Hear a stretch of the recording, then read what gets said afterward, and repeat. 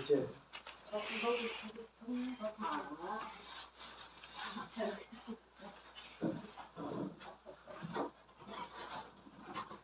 이제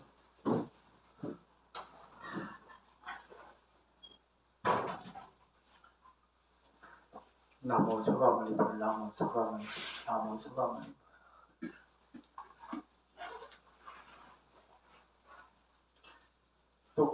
또 금세 한 해가 이렇게 와가지고 또 정초불공 돌리네요.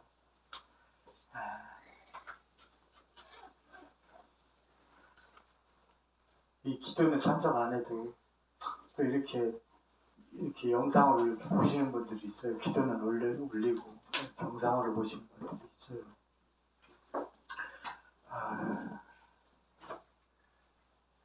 정초가 되면 또 가족들을 위해서 다들 와가지고 이렇게 기도도 올리고 이렇게 한단 말이에요. 기도도 올리고 이렇게 하는데, 네, 사람은 이 세상이 같아 보이잖아요. 세상이 같아 보이지만 사람은 다 각자의 세상에서 사는 거거든요. 각자의 세상에서 살아요.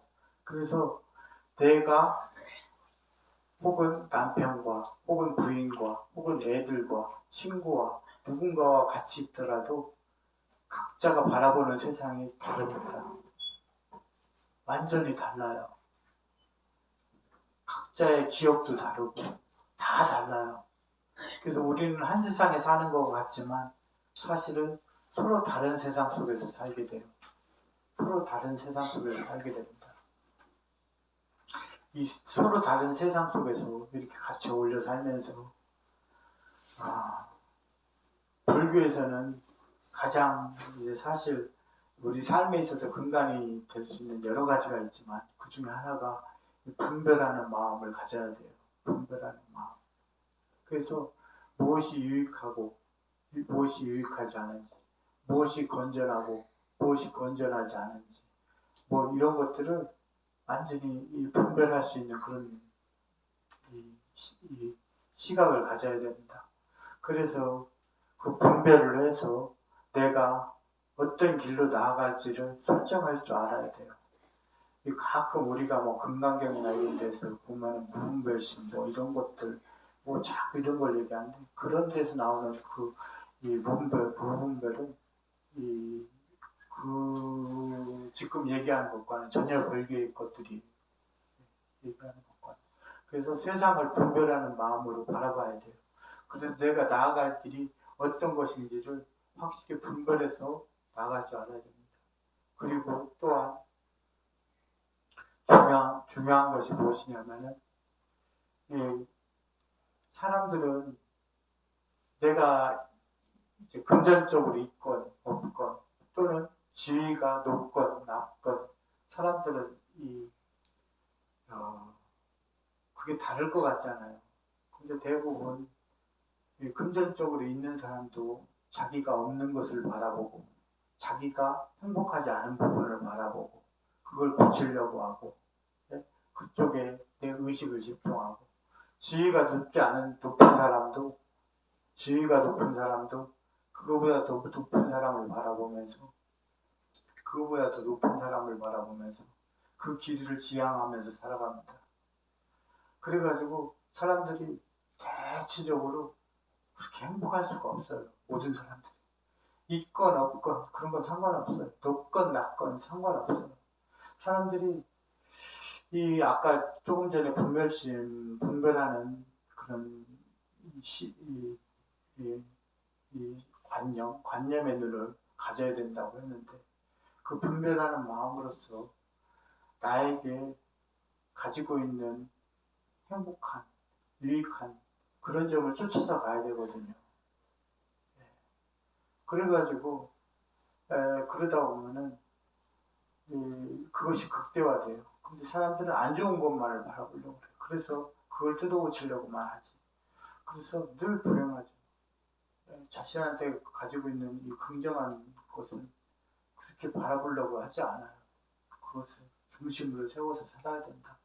그럼 삶이 그나마 조금이나마 나에게 희망적이고 뭐하고 뭐든지 그렇게 살아갈 수가 있다. 이제 내가 이런 얘기를 해줄 날도 점점 더 줄어가잖아요. 얼마 안 남아가요. 하루하루 줄어들고 있어요. 사실 절에 와서 어느 절이도 마찬가지로 아닌 것 같지만 다 그냥 아무리 큰 절에 가도요. 제가 통도사에도 있었고 해인사도 있었고 많이 큰 절들 다 있었지만 그 큰 절에 가도 신도분들이 하나같이 다 그냥 기도하러 와요. 기도하러 와요. 근데 기도하고 나면은 내가 남겨서 가져가는 게 있어야 된다. 남겨서 가져가는 게 없으면 그 시간이 아무 의미가 없는 거잖아요. 내가 누군가와 같이 하든 뭐 하든 거기에서 남겨지는 게 있어야 되는 거거든. 근데 남겨지는 것이 없이 그 시간을 그냥 소비하는데 그치고서 그냥 기도하는 것에 그쳐가지고 돌아온다면 아무런 것도 없는 거예요. 아무런 것도 없는 거거든요. 그걸 분명히 알아야 돼요. 매번마다 우리가 부처님 곁에 다가가는 건 너무 어려워요. 천리, 만리, 정말 세세생생 수만 억겁을 다가가도 부처님 곁에 다가가기 힘들어요. 정말 힘들단 말이에요. 그래서 부처님 곁에 다가간다는 생각만으로 산다면 정말 이 삶은 지옥 같을 거예요. 너무 멀기 때문에. 그렇지만 우리가 굳이 앞으로 나아가지 않은 그 길을 바라보면서 갈 필요는 없잖아요. 우리한테는 지금 앞으로 한 발짝 내디딜 그 길을 바라보는 게 중요한 거거든. 그러니까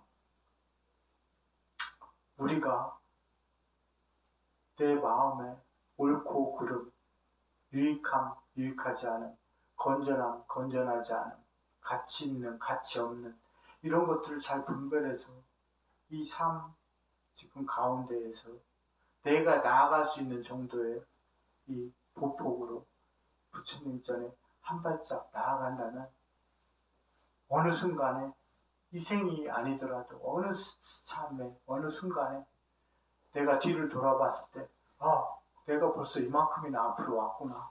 내가 부처님께 이만큼 다가가갔구나 하는 마음을 느낄 수 있을 것이다. 그걸 얘기해드리고 싶어요.